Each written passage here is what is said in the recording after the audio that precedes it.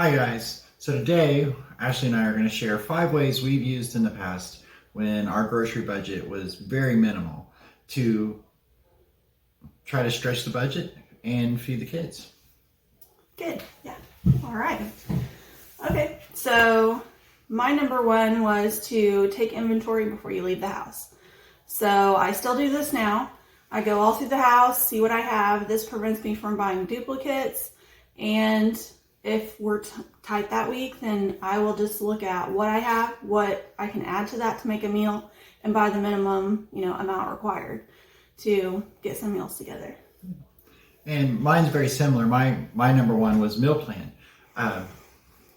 On payday, I would come up with a list of meals to get us through to the next payday.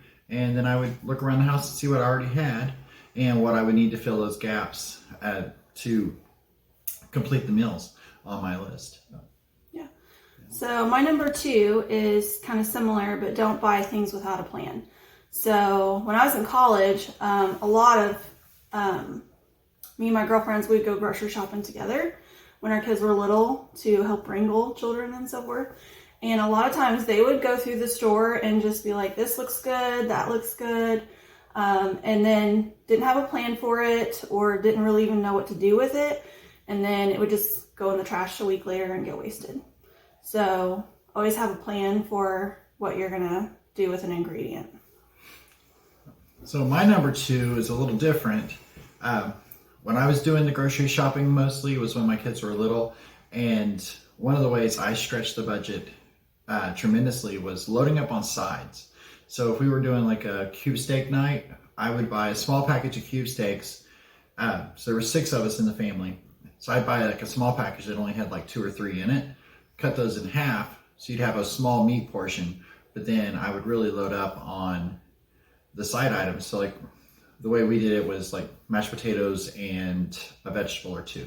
So instead of having a big piece of meat and little amounts of vegetables, we would, you could get, at that time, you could get canned goods for less than 50 cents a can for corn and green beans. So, it's like your plate consisted of half a can of corn and half a can of green beans and half a cup of mashed potatoes and maybe 2 to 3 ounces of a protein.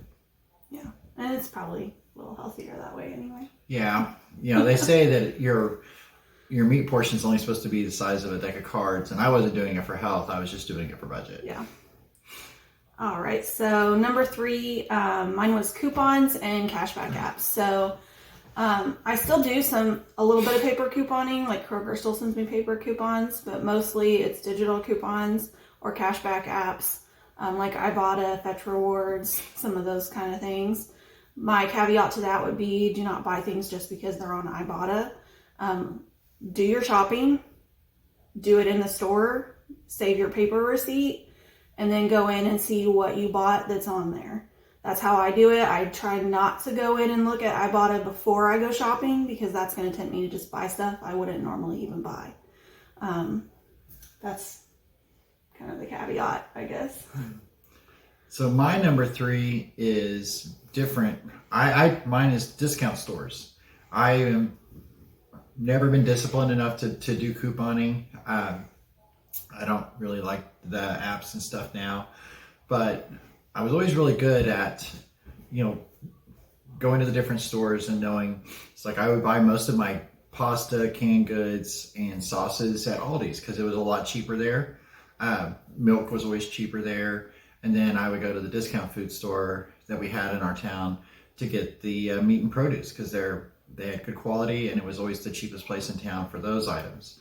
And that's the way I would stretch the budget when I would do my meal plan and think about the side items. And after a while, I kind of already knew like, okay, well, this is going to be, 50 cents at Aldi's, or I should be able to get cube steaks at the discount foods for $1.50 a pound or whatever it was at the time. So kind of know your prices too. I mean, shop around. And like I've never shopped at, we had an Albertsons and a Dillon's, and then we had the Walmart Food Center. But I really never shopped at those stores. Like I'd shop at Aldi's, I'd shop at discount foods, and we would sometimes go to the Walmart. Yeah. That's, We go to the resale store here in town. They just buy pallets and resell things, and a lot of it's just pantry staples, but you can usually catch a deal there. When the kids were younger, they had the bakery outlet because the Dolly Madison was here, so you could get donuts and bread and stuff really cheap. I do kind of miss that. But. Yeah, we had a Hostess outlet store where you could get bread really cheap. Yeah. And that's one of the things where me and Ashley have had some conflict. That she's very much a Kroger shopper, and I'm very much like a Walmart shopper. I just despise going into a Kroger. But I despise going into a Walmart. Yeah. So we we divide and conquer because we each have our comfort zones. Right. Yeah. So number 4, I said sale ads. Check the sale ads. You can usually, if you buy the things that are on sale that week, you can usually get a good deal, and you're going to do much better on your grocery budget by looking at what the deal is that week rather than just picking whatever and going in there and buy it. If you're get really deep into it, you can find the day of the week that they overlap, like last week's ad is still good and the new week's ad has started, and then there'll be double deals on that day. I don't really get that intense with it usually, but I do look for at least scan through before I go to the store and just see what the main deals are that week. So my number 4 is brands. I was always brand conscious when I was doing the shopping.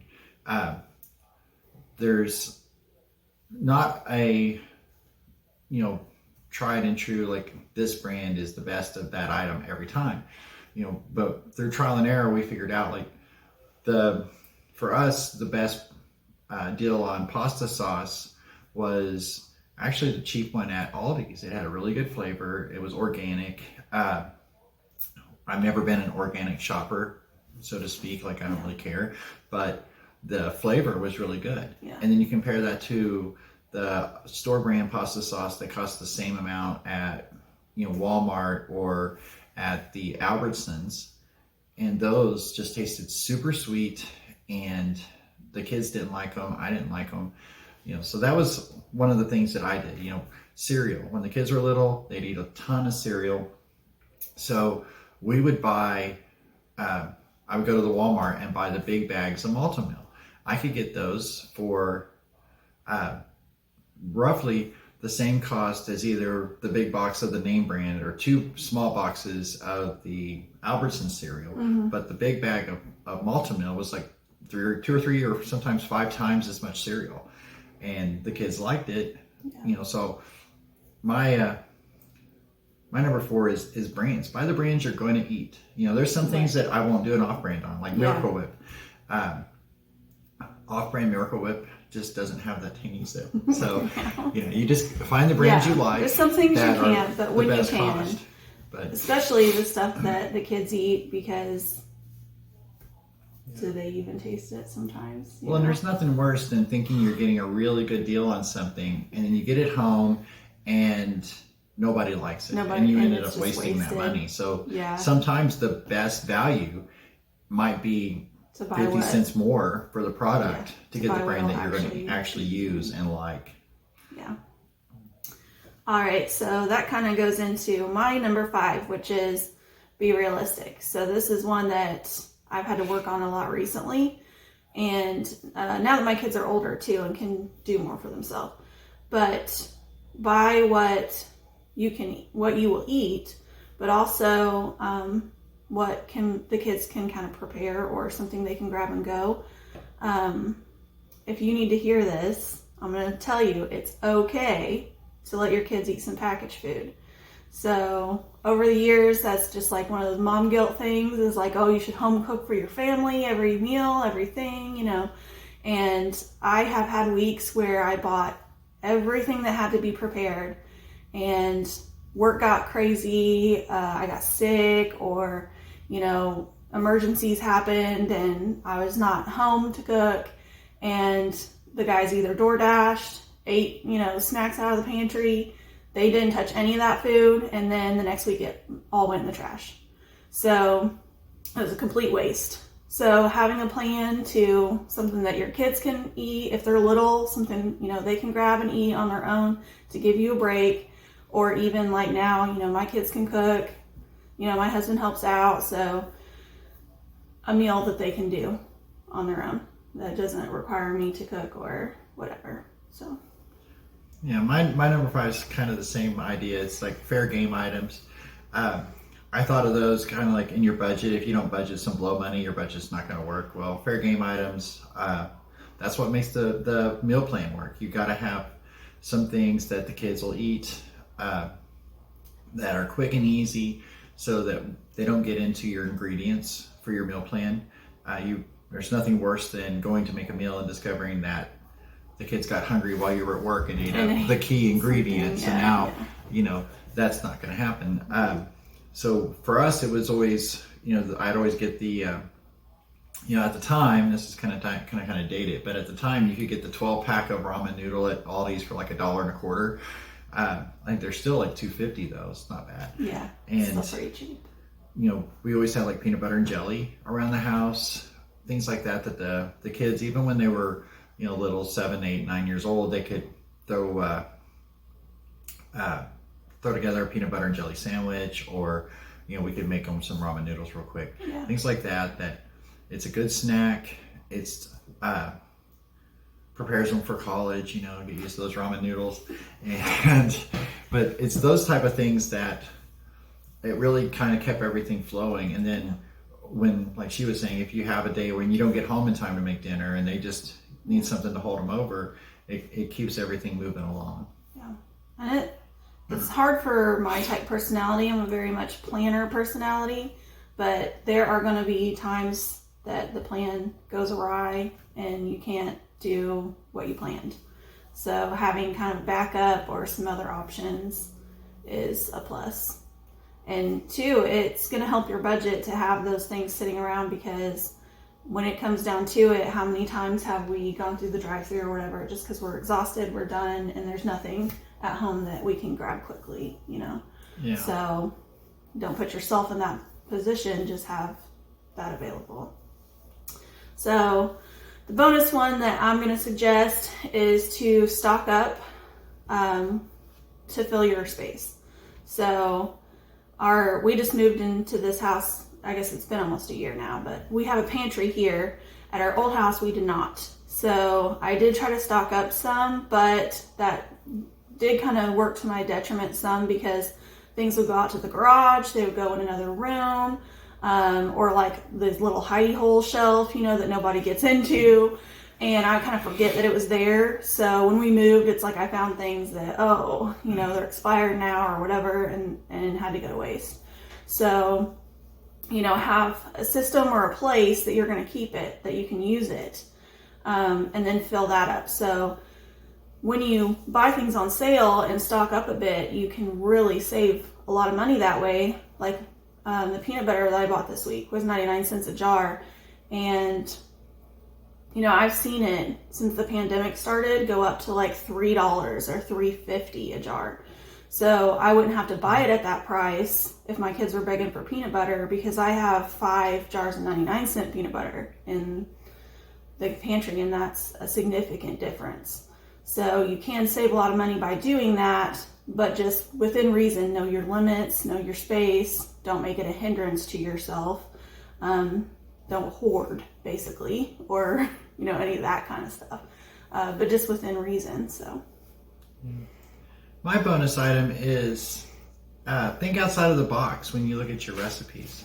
There was a time when we actually got food from a food bank, and if you've ever had people come to your door to take donations for a food bank, it's normally those things that you don't normally cook, right? So we had this food bank box, and in it was a couple cans of veg-all, and I just happened to have a can of store brand V8 in the cabinet that also was probably going to go to a food bank, to be honest. But 2 cans of veg-all and some V8, now you got vegetable soup. And that's not like your mom used to make. My mom used to peel potatoes and carrots and the whole 9 yards and make it all fresh, and it was great. But when the kids were little and hungry, like a couple cans of veg-all and some V8, boom, you got seasoned up veggie soup. And if you're doing really, divide up some hamburger. Even if you have some hamburger pre-cooked in the freezer, just throw that in, and now it's Yeah. Hamburger vegetable soup. Yeah. And so things like that were one of the ways that I really learned to stretch the budget, because I could take things that I already knew, recipes I already knew, or meals that I knew that the kids would like, and then I would just look for other ways to make them, either by portioning out a little bit. Like if I'm doing ground hamburger for taco night, I would just portion some out and throw it in the freezer in a Ziploc bag, and then I could add that to a soup, or throw it in with the pasta sauce, things like that. And that really helped us when we were the tightest. That was one of the things that I did a lot to stretch the food. And we're not really there yet with this inflation and stuff where people are in dire straits, but it could happen real easily. Mm-hmm. And they say in America that most of America is just a couple missed paychecks away from bankruptcy. So right. You never know what the situation's going to come, but those were the things that I did to learn how to make sure my kids always had a meal. Yeah. So there's some strategies for you guys that we've used in the past, and some of them we still use. And so let us know in the comments what are some of the strategies so we can share with each other, because you might have some ideas too that we're not aware of, to save some money on your grocery bill. And what does it look like in your area or grocery? Do you feel like the grocery prices are going up, or is that a challenge to you right now or not? We'd be interested to know. Yeah. And like and subscribe. We'll see you next time.